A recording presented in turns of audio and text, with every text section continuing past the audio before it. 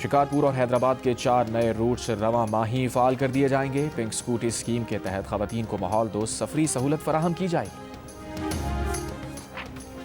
رہنما MQM پاکستان فاروق ستار نے کہا ہے کہ سندھی کلچر ڈے کے نام پر کراچی کی شاہراہوں اور مختلف مقامات پر ریاست کے اندر ایک ریاست قائم کی گئی۔ جہاں جہاں سے ریلی کے شرکا گزرے وہاں ہنگامہ کیا گیا، گورنر کے خلاف غلیظ زبان استعمال کی گئی۔ اس افسوسناک اور شرمناک عمل کی جتنی مذمت کی جائے کم ہے۔ حکومت سندھ کے رد عمل کو دیکھنا تھا، ترجمان کا چھوٹی سی چھوٹی چیز پر رد عمل آ جاتا ہے۔ ریلی کے شرکا کی حرکت پر ترجمان سندھ حکومت کا رد عمل نہیں آیا۔ ہمیں ریلی میں شریک پرامن سندھی بہن بھائیوں سے کوئی شکایت نہیں۔ پشاور بیوٹیفیکیشن منصوبے کے لیے 32 اہم سڑکوں کا سروے مکمل۔ مین GT روڈ کی کارپیٹنگ بھی کی جائے گی۔ رکشوں کو الیکٹرک وہیکل میں تبدیل کرنے کے ماحول دوست اقدامات پر بھی غور۔ چیف سیکریٹری کی زیر صدارت اجلاس میں بتایا گیا کہ پبلک پرائیویٹ پارٹنرشپ اتھارٹی کے قیام کے لیے قانون سازی رواں ماہ مکمل ہوگی۔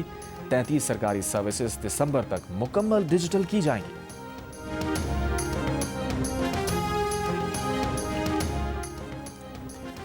کراچی کے علاقے سجانی فورٹ کے چورنگی کے قریب واٹر ٹینکر کی ٹکر سے موٹر سائیکل سوار شخص جاں بحق ہو گیا۔ شہر میں رواں برس ہیوی گاڑیوں کی ٹکر سے جاں بحق افراد کی تعداد 244 ہو گئی۔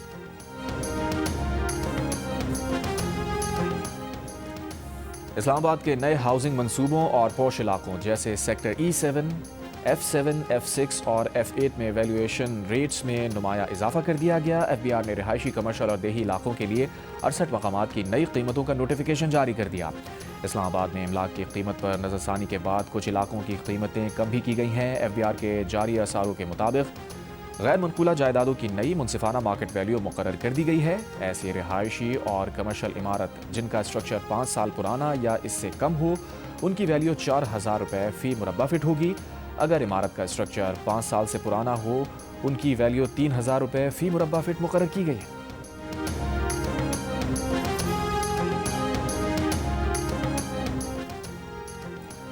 کراچی میں محکمہ تعلیم میں مسلسل غیر حاضر اساتذہ کے خلاف کارروائی۔ مسلسل غیر حاضری پر 2000 نئے اساتذہ کو شو کاز نوٹس جاری کیے گئے۔ جوابات سننے کے بعد 150 سے زائد اساتذہ برطرف۔ ڈائریکٹر اسکولز کراچی کا کہنا ہے کہ دوسرے مرحلے میں پرانے اساتذہ کو بھی شو کاز نوٹس جاری کیے جائیں گے۔ سوار محمد حسین شہید نشان حیدر کا 54واں یوم شہادت۔ گوجر خان میں شہید کے مزار پر پروقار دعائیہ تقریب۔ میجر جنرل محمد عاصم چودھری نے سوار محمد حسین شہید کے مزار پر پھول رکھے۔ سوار محمد حسین نے 1971 میں شکرگڑھ کے محاذ پر دشمن کا بہادری سے مقابلہ کرتے ہوئے جام شہادت نوش کیا تھا۔ 13ویں باراگوڑا مشق کا دوسرا روز لینڈ فیس پر مشتمل۔ ترجمان پاکستان میری ٹائم سیکیورٹی ایجنسی کے مطابق منوڑا کے قریب ساحل پر مختلف ڈرلز ہوں گی۔ ساحل پر سرچ اینڈ ریسکیو کی مشقیں کی جائیں گی۔ کم وقت میں ہنگامی صورتحال سے نمٹنے کا مظاہرہ ہوگا۔ باراگوڑا ایکسرسائز میں 20 ممالک کے 39 آبزرور شریک ہیں۔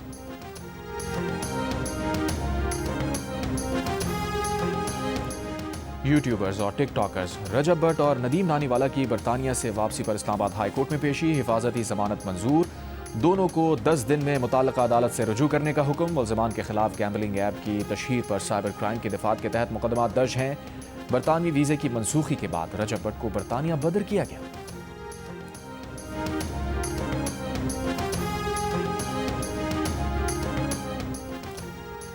لاہور ہائی کورٹ نے ملک میں کم از کم تنخواہ $1000 کے مساوی کرنے کی درخواست ناقابل سماعت قرار دے دی۔ Chief justice Lahore high court justice Aalia Neelum نے ریمارکس دیے کہ درخواست قابل سماعت نہیں، یہ اخباروں میں خبریں لگانے کی جگہ نہیں۔ دنیا بھر میں آج انسانی حقوق کا دن منایا جا رہا ہے۔ صدر مملکت آصف علی زرداری نے کہا ہے کہ پاکستان کا آئین تمام شہریوں کو بنیادی حقوق کی ضمانت دیتا ہے۔ ہم انسانی حقوق کے فروغ سے اپنے لوگوں کو بااختیار بنانے کے لیے پرعزم ہیں۔ عوام کے حقوق کا تحفظ مستحکم اور خوشحال ملک کی تعمیر کے لیے ناگزیر ہے۔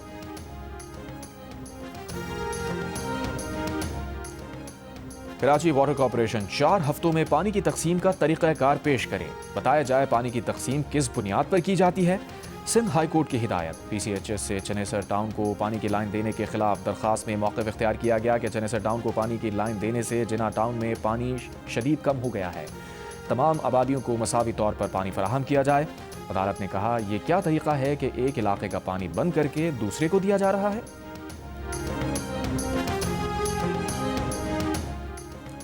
گندم، ٹماٹر، پیاز اور دیگر سبزیوں کی پیداوار کے لیے مشہور نصیر آباد سمیت کئی علاقوں میں پانی کی کمی۔ پٹ فیڈر کینال سے ربی کینال کو پانی کی عدم فراہمی سے کاشتکار پانی کے لیے پریشان، سبزیوں سمیت زرعی اجناس کی پیداوار متاثر ہونے کا خدشہ۔ اسرائیل کا غزہ امداد کے لیے اردن سے مغربی کنارے کی کراسنگ کھولنے کا اعلان، ستمبر سے بند کراسنگ آج سے کھولی جائے گی۔ اسرائیلی فوج کی جانب سے غزہ جنگ بندی کی خلاف ورزیاں جاری رہیں تو جنگ بندی دوسرے مرحلے میں نہیں جا سکتی۔ حماس نے خبردار کر دیا، معاہدے پر مکمل عمل درآمد کرانے کے لیے ثالثکاروں سے اسرائیل پر دباؤ ڈالنے کا مطالبہ بھی کیا۔ 10 اکتوبر کے معاہدے کے باوجود غزہ میں اسرائیلی فوج کے حملوں میں اب تک 370 سے زائد فلسطینی شہید ہو چکے۔ ٹیکساس کے بعد امریکی ریاست فلوریڈا نے بھی کاؤنسل آن امریکن اسلامک ریلیشنز اور اخوان المسلمون کو دہشت گرد تنظیمیں قرار دے دیا۔ گورنر ران ڈی سینٹس کے حکم نامے سے مسلم کمیونٹی میں بے چینی، ریاستی اداروں کو CAIR کی فنڈنگ سے روک دیا گیا۔ کاؤنسل آن امریکن اسلامک ریلیشنز کا کہنا ہے کہ فیصلہ غیر آئینی اور سیاسی انتقام ہے۔ حکم نامے کے خلاف وفاقی عدالت سے رجوع کیا جائے گا، کسی دہشت گرد گروپ سے تعلق نہیں۔ اقدام امریکی مسلمانوں کو خاموش کرانے کی کوشش ہے۔ امریکی صدر ڈونلڈ ٹرمپ کا یوکرین کو انتخابات کرانے کا مشورہ۔ امریکی ٹی وی کو انٹرویو میں کہا، یوکرینی عوام کو انتخاب کا حق حاصل ہونا چاہیے۔ یوکرین جنگ کو انتخابات نہ کرانے کے لیے استعمال کر رہا ہے۔ تنازع میں روس کو یوکرین پر برتری حاصل ہے۔ یوکرین اپنا بہت سارا حصہ کھو چکا۔ روسی صدر پوتن اور یوکرینی صدر زیلنسکی ایک دوسرے سے سخت نفرت کرتے ہیں۔ یورپی ممالک بہتر کردار ادا نہیں کر رہے، اس لیے روس اور یوکرین میں امن معاہدہ کرنا بہت مشکل ہے۔ امریکی ریاست فلوریڈا میں چھوٹے طیارے کی ہائی وے پر چلتی گاڑی پر کریش لینڈنگ، طیارے میں موجود 2 پائلٹ اور گاڑی چلانے والی خاتون زخمی، جانیں بچ گئیں۔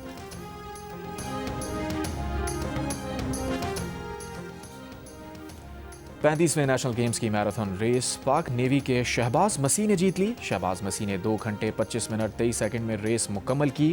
وابڈا کے شیر خان نے سلور اور پاک نیوی کے شعیب اختر نے برونز میڈل حاصل کی۔ بنگلہ دیش پریمیئر لیگ کے لیے قومی کرکٹرز کو NOC جاری۔ PCB نے فہیم اشرف، صاحبزادہ فرحان اور ابرار احمد سمیت 9 کرکٹرز کو 23 جنوری 2026 تک کے NOC جاری کیے۔ بنگلہ دیش پریمیئر لیگ 26 دسمبر سے 24 جنوری تک کھیلی جانی ہے۔